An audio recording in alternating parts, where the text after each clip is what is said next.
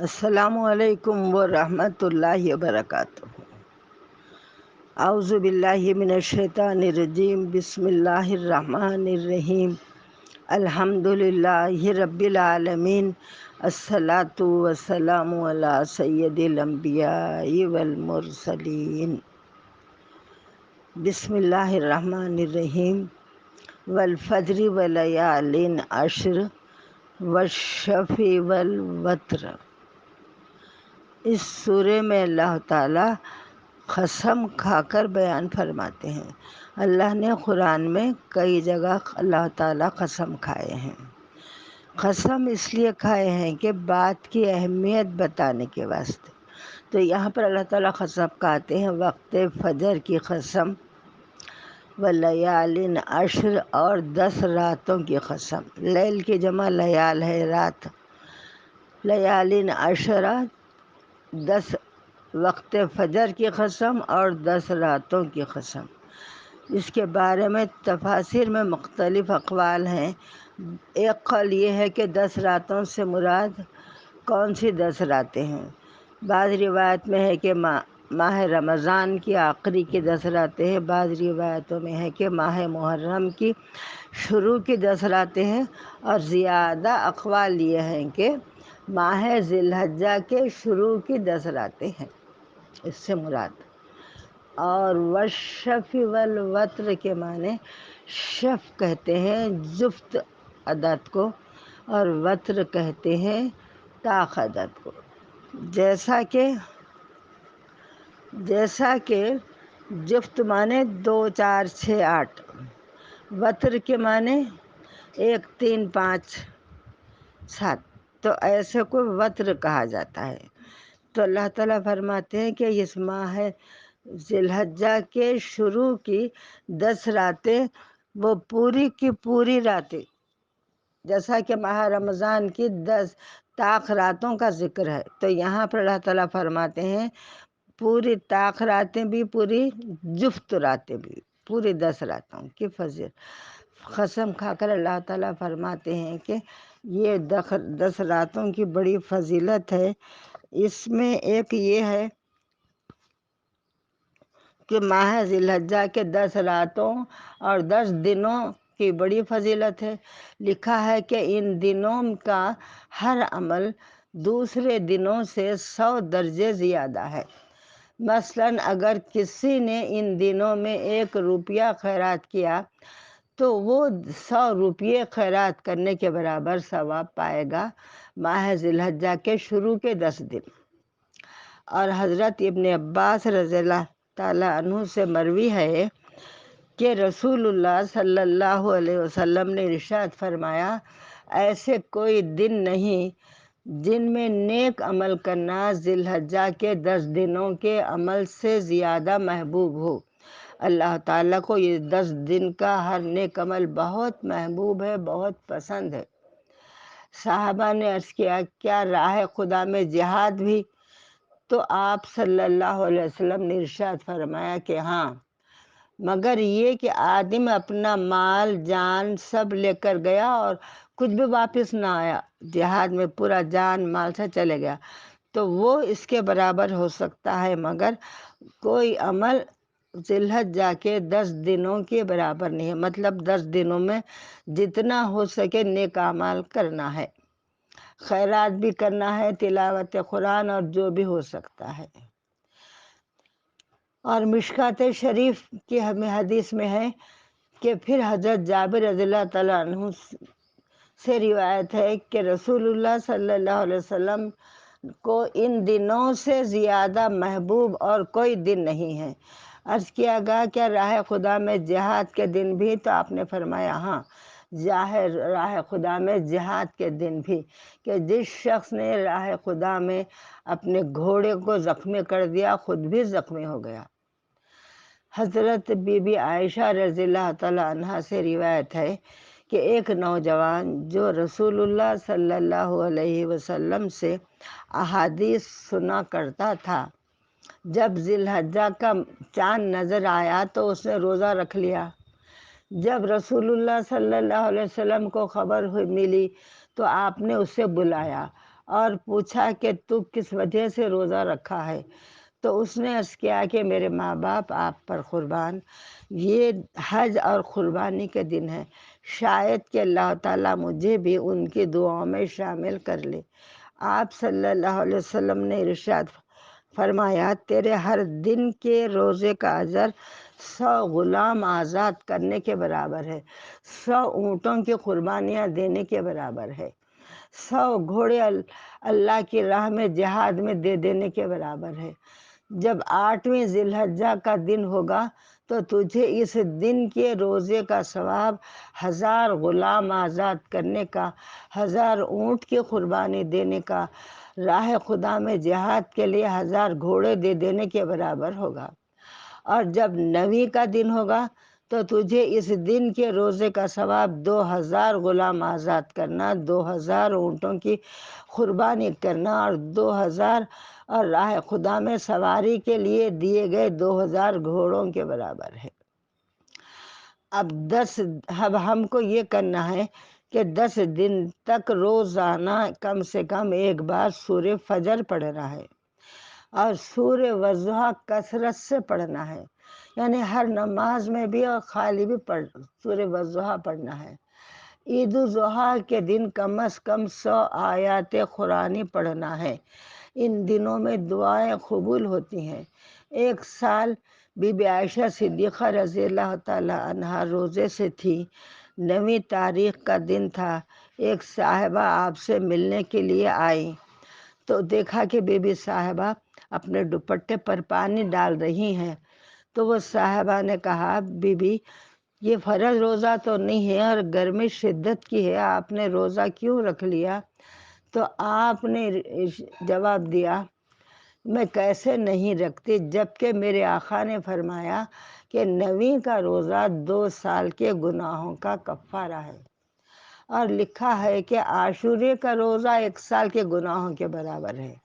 9ویں کی فجر سے 13 کی عصر تک ہر نماز کے بعد تکبیرات تشریق پڑھنا واجب ہے، عورتوں کو، مردوں کو، سب کو واجب ہے۔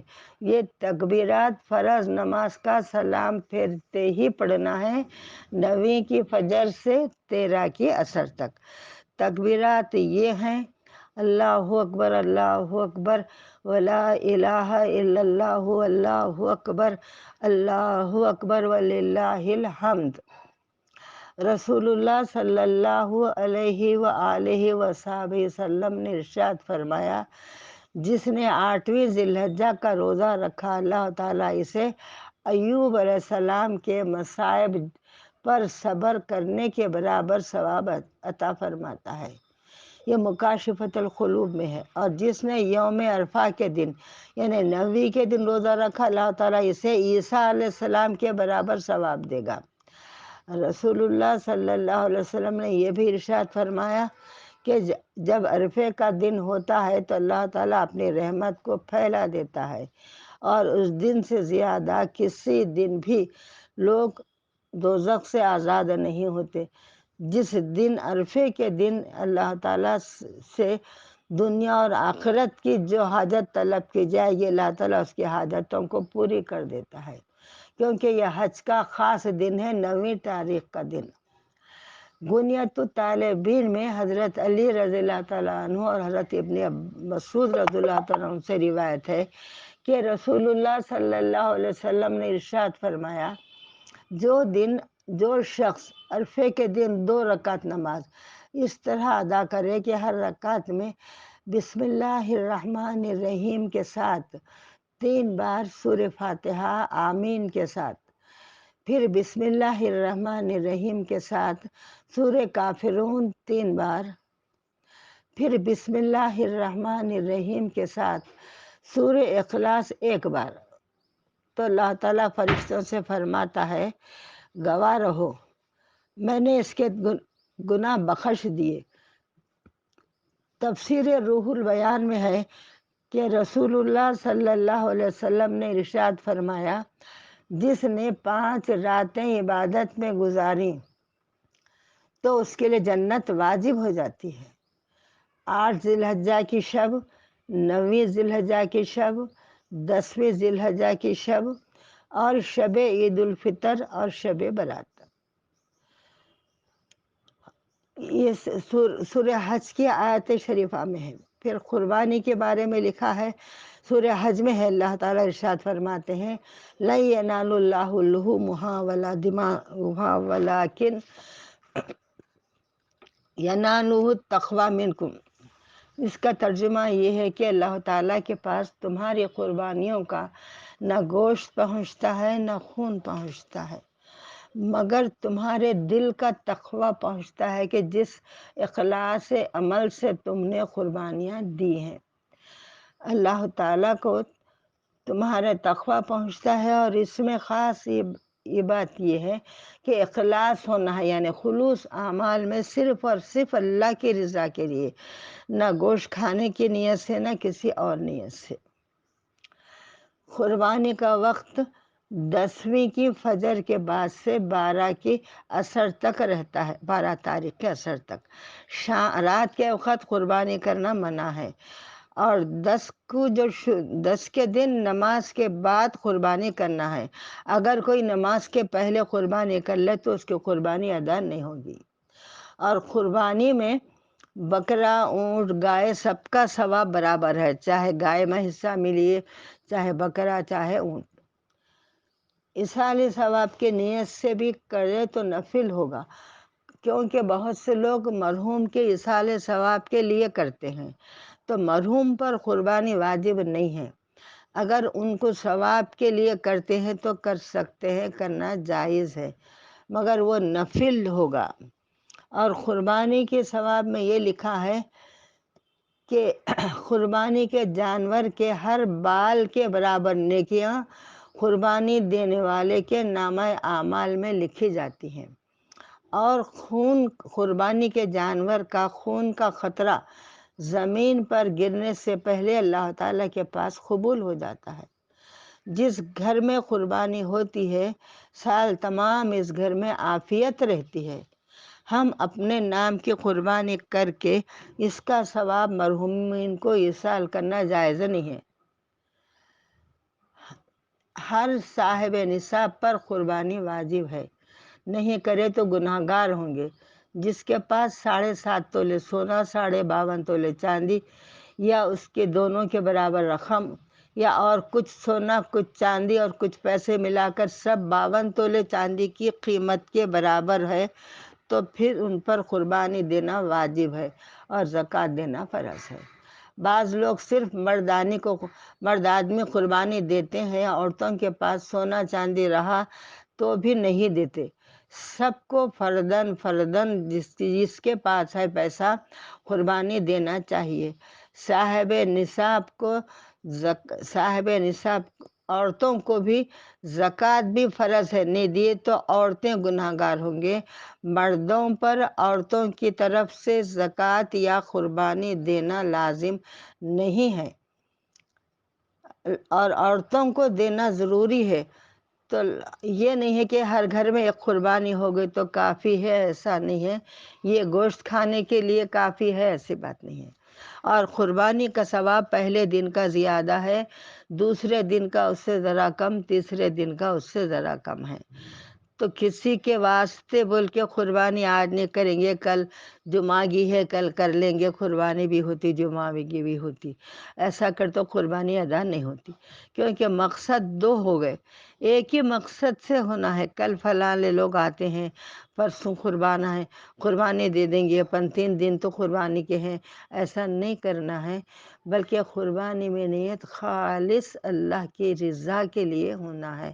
اور یہ تو سب کو معلوم ہے کہ قربانی ابراہیم علیہ السلام جو ان کے بیٹے کو اللہ کے حکم سے اسماعیل علیہ السلام کو قربانی کرنے کا ارادہ کر کے لٹا دیے اور چھری رکھ دیے تھے، یہ اس کی یادگار ہے کہ اللہ تعالیٰ اپنے خلیل اللہ ابراہیم علیہ السلام کی بے مثال قربانی کی مثال قیامت تک دنیا میں قائم رکھنا چاہتا ہے، کہ اللہ کی محبت میں اولاد کو بھی قربان کر دینا ان کے لیے آسان ہے۔ تو بعض لوگ پیسے کے لیے قربانی پیسہ رکھ کے نہیں دیتے ہیں۔ اللہ ہم سب کو ہدایت دے۔ وآخر دعوانا ان الحمد للہ رب العالمین آمین۔ اللہم صلی علی سیدنا مولانا محمد وعلی آل سیدنا مولانا محمد وبارک وسلم۔